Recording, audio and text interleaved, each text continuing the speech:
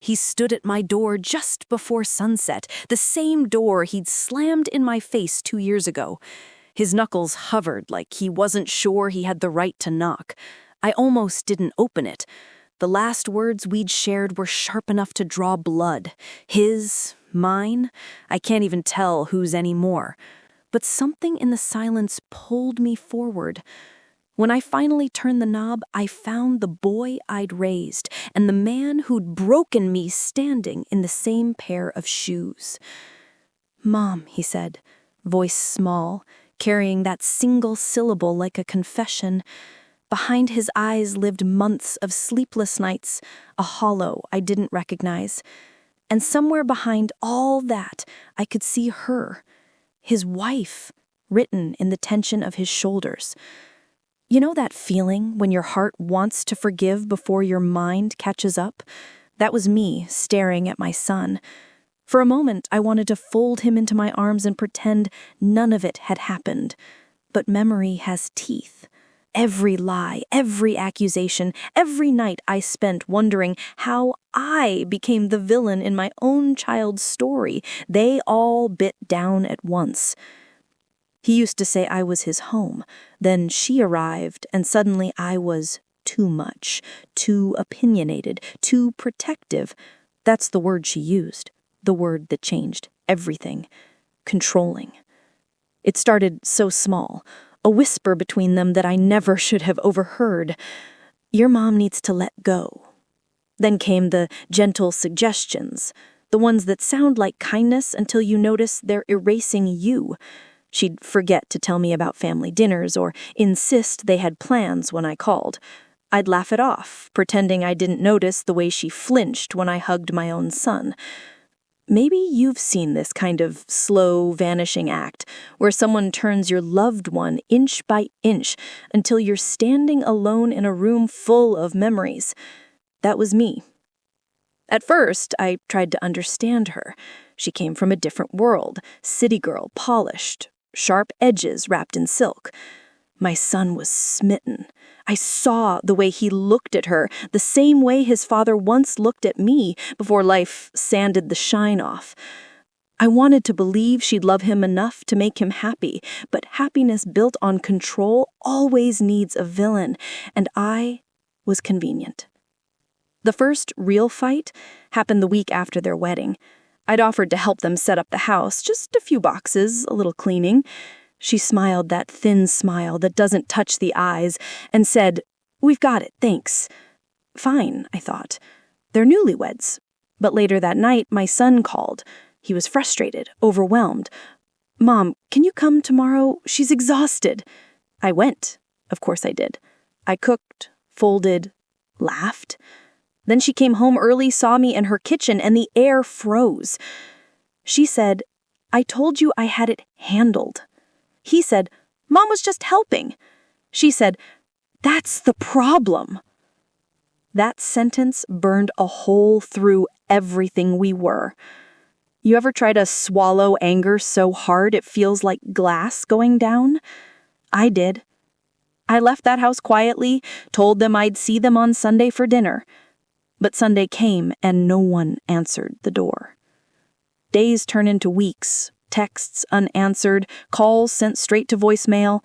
When I finally saw him again, my own son, it was at a grocery store. He looked thinner, but his smile was polite, distant, like you'd greet a neighbor, not your mother. "Don't make this harder," he said. "She just needs space. We both do." Space. Funny how space can become a wall. I'd lie awake at night replaying every conversation, every moment I might have gone wrong. Was I too protective after his father died? Did I hold on too tight? Maybe love can look like control when seen through the eyes of someone who never felt it. Months passed before the explosion.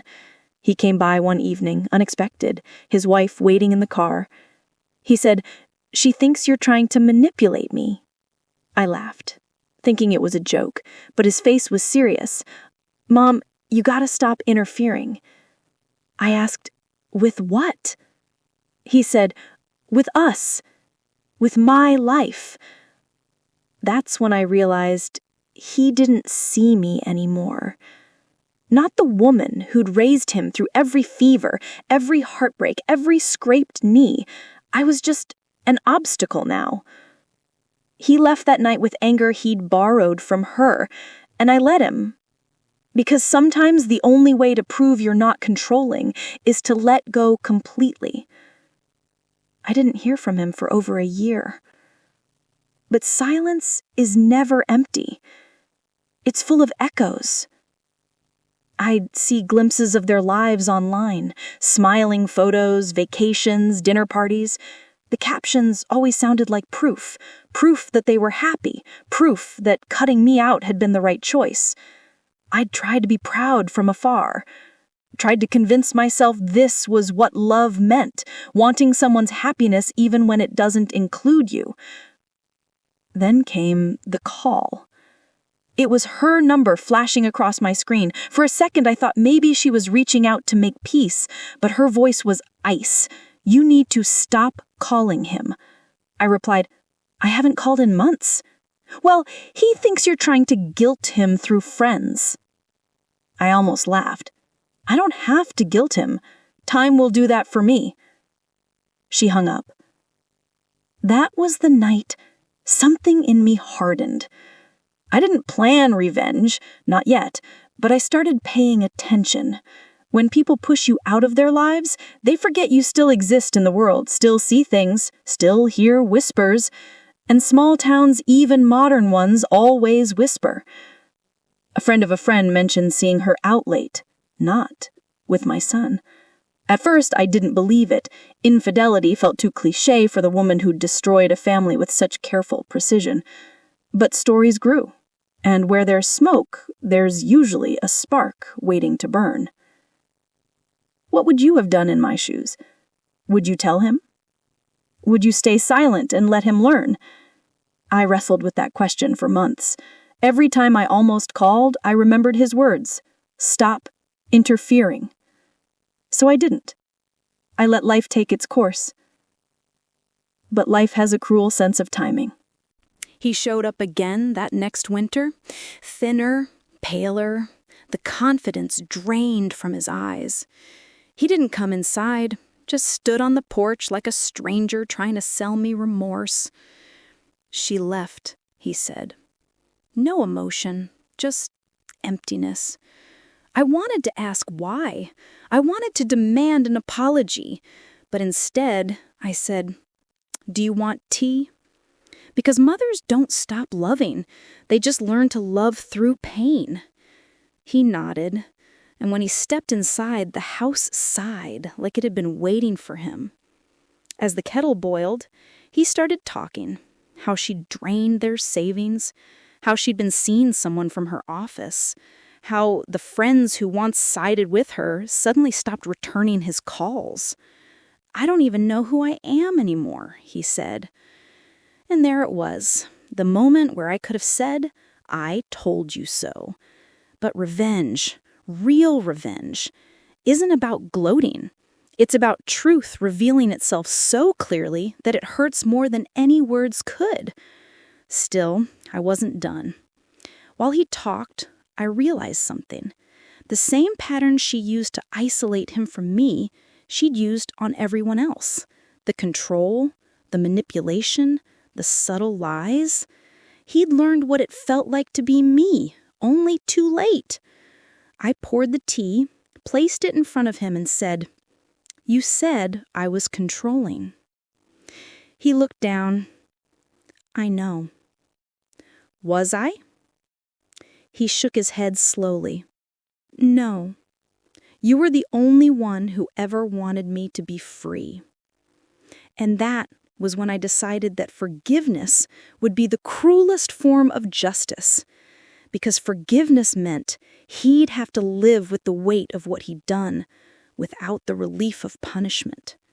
It meant I'd smile, invite him in, feed him, and let him see what unconditional love looks like, something his wife never gave him. People think revenge is fire and fury.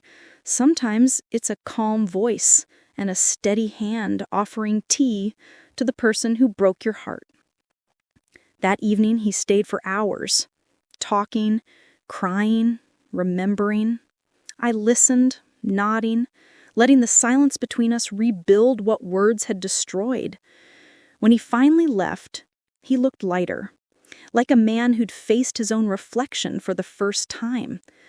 I closed the door and exhaled. The house was quiet again, but the quiet felt different, peaceful, not empty.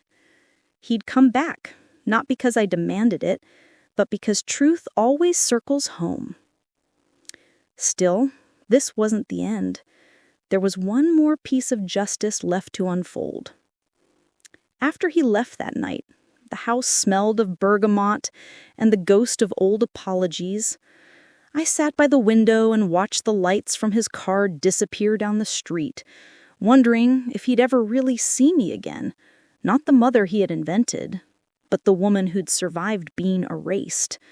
I told myself it was over, that truth had done what truth always does, return like a boomerang and hit where it hurts. But closure doesn't come just because you decide it should. It comes when the world, by accident or design, balances the scales. A few weeks later, my phone buzzed. It was from an old friend of his, one of those people his wife had pushed away early on. "You might want to read this," the message said, followed by a link. I opened it and found an article from a local business blog. There she was, front and center, that picture-perfect executive with that same camera-ready smile, only this time the headline was about an internal investigation. Misused company funds, falsified accounts, whispers of favoritism. It didn't name her directly, but the clues were bright as neon. I didn't call my son right away. Part of me wanted to shield him, the way I always had. Another part, the quieter, wiser part, knew that protection can sometimes be a form of interference. So I waited. He came by 3 days later, unannounced again. Eyes red from sleepless nights. "She's in trouble," he said before I could even offer coffee. "Work found out about some expenses she hid under my name. They're investigating me too." The irony almost made me laugh. She'd taught him that control was poison, yet here he was trapped in the cage she'd built. "What are you going to do?" I asked. He rubbed his temples. "I don't know. I keep replaying everything. All the time she told me you were manipulating me, how she said you wanted to run my life. Turns out she was the one pulling every string." His voice cracked, and I saw the boy again, the one who used to bring me wilted dandelions from the yard. "I was so sure I was doing the right thing," he said. "I thought cutting you off was mature." I told him sometimes growth feels like betrayal. The trick is knowing which kind you've done. He nodded, silent. That evening, after he left, I sat with a cup of tea and thought about karma, not the mystical kind, but the human kind that works through gossip, memory, and the quiet conscience of people watching from the sidelines. Her world started to shrink. The same friends who once praised her ambition began to distance themselves. Rumors travel fast when they come wrapped in truth. I didn't spread them, not directly. I didn't need to. I just made sure certain people saw what they needed to see. A neighbor of theirs, Mrs. Allen, used to stop by my garden to talk about roses and weather. One morning she mentioned that the wife had started showing up at community events alone. "Looks like trouble in paradise," she said. I smiled faintly. "Sometimes paradise needs pruning," I replied. It wasn't vengeance that satisfied me. It was the slow, inevitable symmetry of it all. She had spent years crafting appearances, and appearances were the first to crumble. The photos stopped, the online updates vanished. Within months, my son's name was cleared, and her company quietly terminated her to protect reputation. He came over again. this time with something fragile in his eyes, shame mixed with relief. We cooked together, awkwardly at first. He chopped vegetables like penance, careful, deliberate. "Do you hate me?" he asked finally. "I did," I said, honest. "For a while. But hate's heavy." I put it down. He exhaled, as if he had been holding his breath for years. We talked late into the night about small things. His work, my garden, the neighbor's new dog. Normal conversation, something I hadn't realized I missed. When he left, he hugged me like he was afraid I'd disappear again. As for her, I heard she moved back to her parents' place 2 towns over. No more fancy dinners, no more luxury car. Just another story people whisper about when they think no one's listening. Some nights I still ask myself whether letting it all unfold was revenge or restraint. Maybe both. Maybe the sweetest revenge is patience, the kind that lets truth do its slow, silent work until even the guilty can't deny it. He visits every Sunday now. Sometimes he brings groceries, sometimes flowers. Once he brought an old photo album I thought he'd thrown away. We sat on the couch turning pages, the sound of paper soft as forgiveness. "Mom," he said, "how did you wait this long without saying, 'I told you so'?" I smiled, "Because you already heard it, just not from me." He laughed through his tears, and in that laughter I found peace. Not triumph, just balance. If you'd been in my shoes, would you have done anything differently? Would you have warned him sooner? Or would you have waited for the world to teach him what words couldn't? Sometimes justice doesn't need a grand gesture. Sometimes it's a quiet door opening again, the smell of tea between 2 people who finally understand each other.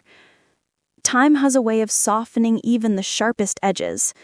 The anger that once kept me awake now sits somewhere deep, quiet, more memory than emotion. I can finally walk through the house without feeling the ache of an empty chair at the table. The dust has settled, and what remains is a kind of stillness that feels earned. It's strange how justice, when it finally arrives, doesn't look like a grand victory. It looks like mornings that don't hurt, like making coffee without bitterness in the cup. It's hearing his voice on the phone and feeling warmth instead of that reflexive flinch of suspicion. He comes over most Sundays. Sometimes we say a lot, sometimes we just sit. The silence between us has changed. It no longer hides anything. It just breathes. He tells me about work, about new friends, about trying to start over. Every so often, he catches himself glancing at the door, as if half expecting her to walk in and undo everything again. But ghosts can't open doors, and I think he's learning that. One afternoon, we were pruning the rose bushes out front. He asked if I ever missed her, even a little. I thought about it. "No," I said, "but I miss who you were when you believed love meant erasing yourself." He nodded, quiet, maybe understanding for the first time what that kind of love costs. I've learned that forgiveness isn't a gift you give the other person, it's something you hand yourself so you can finally move on. People like her, they burn their own bridges and call it freedom. My revenge was simply letting her watch the smoke from the far side of the river. Every now and then, someone from town still brings her name up. They say she's trying to rebuild, that she's changed. Maybe she has, maybe not. But her story isn't mine to finish. Mine ended the moment I stopped needing her to fall for me to rise. I kept a small box of old things. Cards from his childhood, a photo of all 3 of us at their wedding, back when hope still outshone fear. I don't look at it often, but I keep it anyway. Not as a wound, but as proof that even the deepest pain can coexist with love.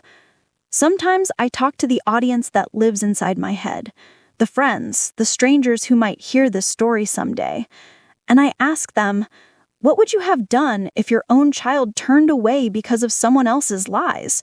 Would you fight, or would you wait for the world to prove you right? Be honest, would you have had the patience to let karma find its own path? Because here's what I've learned. Revenge doesn't always come with fireworks. Sometimes it's delivered in quiet mornings, in the sound of a knock on the door from someone who finally understands.